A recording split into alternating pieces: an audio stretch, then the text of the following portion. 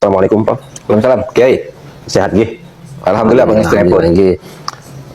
Kita ingin bincang-bincang Prof tentang yang sedang ramai hari ini, karena kebetulan kemarin begitu muncul ada surat cinta dari seorang Profesor Dr. Mahfud MD. Ini jagat Indonesia wawerk Fatazat Indonesia. Jadi mungkin kita akan bincang-bincang tidak terlalu banyak lah, karena beliau juga harus istirahat. Tapi intinya kan begini aja. Apa sih sebetulnya yang melatar belakangi Profesor berkirim surat cinta via Raden Haji Omah Irama yang dibawa oleh Gus Isnabarawi itu? Yang pertama kali masalah nasionalisme saya, ya, rasa kebanggaan saya terhadap Indonesia itu ternodai oleh sikap-sikap beberapa habaib. Tidak semua habaib, saya punya banyak teman habaib juga yang sampai sekarang masih silaturahim. Tapi ada beberapa habaib yang membuat hal-hal yang bagi saya menodai kemuliaan leluhur saya juga. Saya harus anggap leluhur saya, bangsa Indonesia itu mulia, tidak kalah mulianya dengan habaib. Dan ini yang mendirikan Indonesia. Nah, rasa kebangsaan saya itu ternodai ketika muncul berita-berita yang terakhir ini. Saya ingin katakan dulu Kiai, ya, bahwa bagi saya sendiri, berdasar histori masuknya habaib yang baik yang masuk baru abad ke 19 maupun yang masuk sebelumnya, bagi saya sendiri apakah mereka itu turunan Nabi atau tidak, itu bagi saya tidak terlalu penting, ya. Ba'lawi kalau bagi saya bukan gitu, ya, bukan turunan Nabi, karena dari filologi jelas, ya, kemudian dari historik jelas, kemudian juga DNA yang terakhir itu yang sudah ini. Jadi saya tidak percaya. Tetapi bagi mereka yang percaya bahwa mereka itu turunan Nabi, ya silakan aja. Saya tidak keberatan. Saya tidak percaya, tapi bagi mereka yang percaya silahkan. Kan sama aja orang ngaku turunan Menak Jinggo, turunan Ken Arok gitu. Saya tidak keberatan gitu. Memang kenapa kalau turunan? Bagi saya tidak ada urusan. Tetapi yang saya kemudian tersinggung dari itu ketika peran ulama-ulama Indonesia dan para pejuang Indonesia itu diremehkan. Misalnya cerita bahwa proklamasi kemerdekaan Mei 17 Agustus itu karena bisikan Habib tertentu kepada Bung Karno, itu kan tidak pernah ada dalam cerita itu. Semua yang menulis selama ini, Bung Karno pulang dari Dalat dijanjikan kemerdekaan, lalu terjadi tarik menarik antara pejuang. Yang satu ingin merdeka secepatnya, yang satu menunda sesuai dengan persetujuan Jepang. Sampai Bung Karno diculik. Tanggal 16 itu diculik, tidak ketemu Habib. Diculik oleh pemuda itu, tidak ketemu Habib siapa, diculik, dibawa ke Rengas Dengklok. Pokoknya merdeka sekarang, kata Bung Karno, ntar dulu, gitu. Akhirnya sesudah itu malamnya rapat di rumah Laksamana Maeda. Laksamana Maeda itu adalah Dandim lah, Dandim kota Batavia, tapi angkatan laut kan, karena di Batavia, Dandim Batavia kalau itu.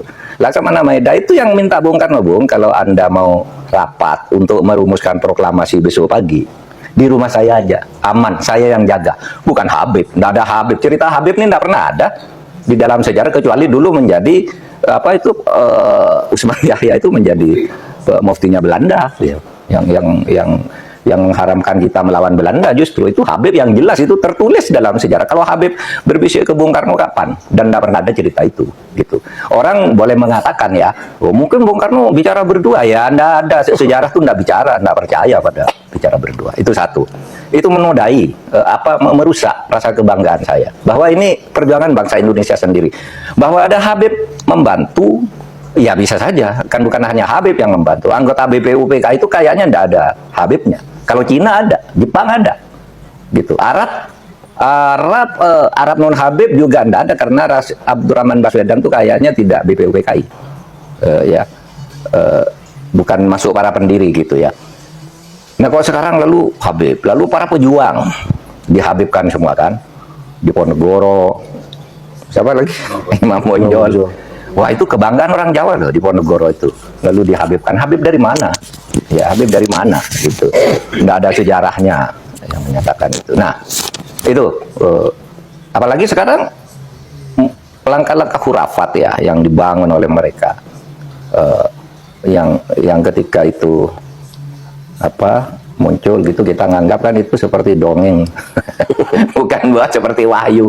Masa malaikat katanya diusir, malaikat dikirim surat, ini apa ini, saya bilang. Jadi agama tuh menjadi dongeng akhirnya. Saya percaya pada mukjizat, pada karomah, tapi enggak kayak gitu juga gitu, yang cerita-cerita Habib. Nah, ketika ini muncul kan Rhoma Irama dituding-tuding oleh seorang Habib. Rhoma Irama, kamu fitnah, tunjukkan siapa yang bilang gitu. Kan kemudian muncul semua nih, ngomong ini ngomong ini ngomong ini. Ada yang macam-macam bahwa satu kaki Habib itu lebih tinggi, lebih mulia dari 70 kepala kiai, kan gitu. Itu kan penghinaan betul. Kalau orang tidak terhina dengan ini, saya kira tidak, rasa kebangsaannya rendah, karena itu dinyatakan, harusnya ditegur lah oleh kelompok habaibnya sendiri. Ada yang bilang juga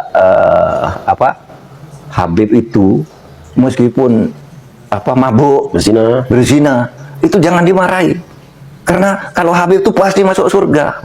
Aduh, dari mana? Nah kalau gitu, dan ini tidak ada yang menjawab bahwa ini tidak benar gitu. Tidak ada Habib yang menjawab gitu, bahwa inilah yang dikatakan. Kan tidak ada tuh yang menjawab, hanya berkekeh aja bahwa Habib itu berperan di Indonesia, Habib itu wali, Habib macam-macam gitu.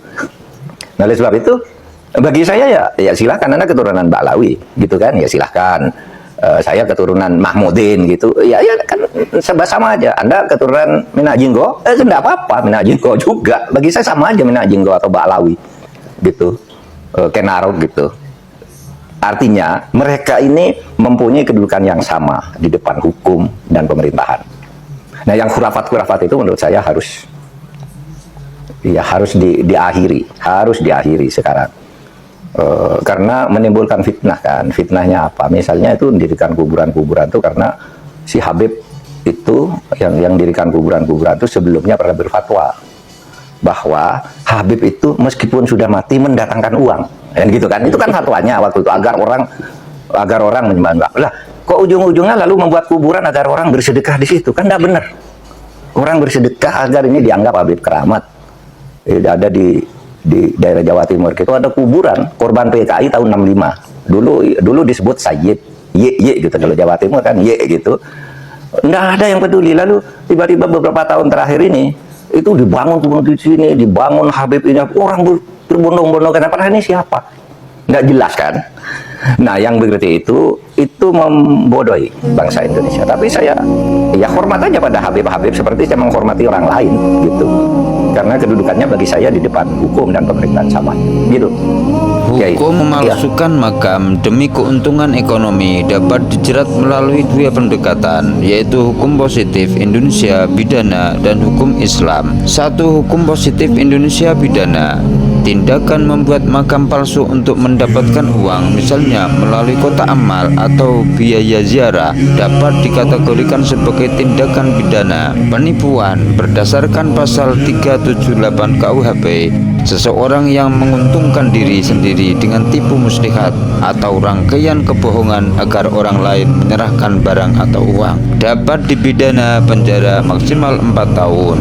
Penyebaran berita bohong. Jika pelaku menyebarkan cerita palsu mengenai asal-usul makam tersebut untuk memicu antusiasme publik, pelaku bisa terjerat UU ITE atau pasal terkait penyesatan informasi yang menimbulkan kerugian. Pelanggaran peraturan daerah di beberapa wilayah seperti Jakarta, pengadaan makam fiktif, pemesanan makam sebelum ada jenazah dilarang oleh peraturan daerah untuk mencegah komersialisasi lahan makam.